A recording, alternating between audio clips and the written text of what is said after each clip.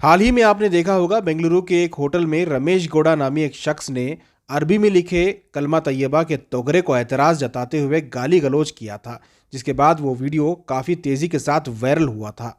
खुद को Canada activist बताने वाले रमेश गौड़ा को पुलिस ने हिरासत में ले लिया था। पुलिस की खातिर खा मेहमान नवाजी के बाद रमेश गौड़ा की अकल ठिकाने आ गई। आखिरकार उसने एक वीडियो जारी करके आवाम से माफ़ी मांगी है। खुसूसी मुसलमानों से माफ़ी मांगते हुए रमेश गौड़ा ने कहा है कि उर्दू में लिखे बोर्ड को देखकर उसे गुस्सा आया, इसलिए उसने इस तरह की हरकत की। उसका कहना है कि उसका कोई मकसद मज़हब को नुकसान या ठेस पहुंचाने का नहीं था। उसने आखिरकार माफ़ी मांगी है। सिद्धरामैया सरकार का इफ़ेक्ट देख सकते हैं, किस तरह से एक्शन का रिएक्शन हो रहा है। आप भी सुनिए रमेश गौड़ा क्या कह रहा है, और इस वीडियो को दूसरों तक पहुंचाना भी बेहद ज़रूरी है।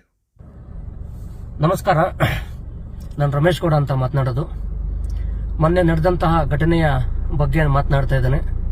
ಅಲ್ಲಿ ನಾನು ಹೋದಾಗ ನನಗೆ ಕಂಡಿದ್ದು ಅಲ್ಲಿ ಒಂದು ಉರ್ದು ಬೋರ್ಡು, ಅದು ದೇವರ ನಾಮಫಲಕವ, ಅದು ದೇವ ಸ್ಮರಣೆ ಅಂತ ನಮಗೆ ಗೊತ್ತಿರಲಿಲ್ಲ. ಹಾಗಾಗಿ ಅದು ಒಂದು ಉರ್ದು ನಾಮಫಲಕ ಅಂತಾನೆ ನಾನು ತೆಗೆದಿದ್ದೇನೆ ಹೊರತು ಯಾವುದೇ ಧಾರ್ಮಿಕ ಭಾವನೆಗಳಿಗೆ ಧಕ್ಕೆ ಬರುವಂತಹ ವಿಚಾರದಲ್ಲಿ ನಾನು ಮಾಡಿಲ್ಲ.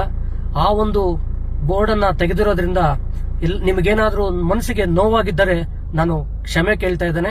ಆದರೆ ಕನ್ನಡದ ವಿಚಾರದಲ್ಲಿ, ಕನ್ನಡ ನಾಡಿನ ವಿಚಾರದಲ್ಲಿ ನಾನು ಯಾವುದೇ ರೀತಿಯಾದಂತಹ ರಾಜಿ ಆಗುವಂತಹ ಪ್ರಶ್ನೆನೇ ಇಲ್ಲ.